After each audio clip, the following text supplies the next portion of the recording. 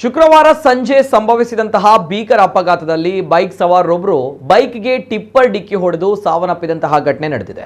ಗುರುಪುರ ಹೊಸಮನೆ ನಿವಾಸಿ ಸಚಿನ್ ಕುಮಾರ್ ಆಚಾರ್ಯ 33 ವರ್ಷದ ಸಚಿನ್ ಕುಮಾರ್ ಆಚಾರ್ಯ ಸ್ಥಳದಲ್ಲೇ ಮೃತಪಟ್ಟಿದ್ದಾರೆ. ಸಚಿನ್ ಅವರು HDFC ಬ್ಯಾಂಕ್ನಲ್ಲಿ ಕರ್ತವ್ಯ ಮುಗಿಸಿ ಮನೆಗೆ ತೆರಳುತ್ತಾ ಇದ್ದಂತಹ ವೇಳೆ ಬೈಕ್ಗೆ ಟಿಪ್ಪರ್ ಡಿಕ್ಕಿ ಹೊಡೆದಿದೆ. ಇನ್ನು ಸಚಿನ್ ಪೋಷಕರು ಜೊತೆಗೆ ಒಬ್ಬ ಸಹೋದರ ಮತ್ತು ಇಬ್ಬರು ಸಹೋದರಿಯರನ್ನ ಅಗಲಿದ್ದಾರೆ. ಬಜ್ಪೆ ಪೊಲೀಸ್ ಠಾಣಾ ವ್ಯಾಪ್ತಿಯ ಮುಚ್ಚೂರು ಬಳಿ ಅಪಘಾತ ಸಂಭವಿಸಿದ್ದು, ಘಟನೆ ಸಂಬಂಧ ಬಜ್ಪೆ ಪೊಲೀಸ್ ಠಾಣೆಯಲ್ಲಿ ಪ್ರಕರಣ ದಾಖಲಾಗಿದೆ.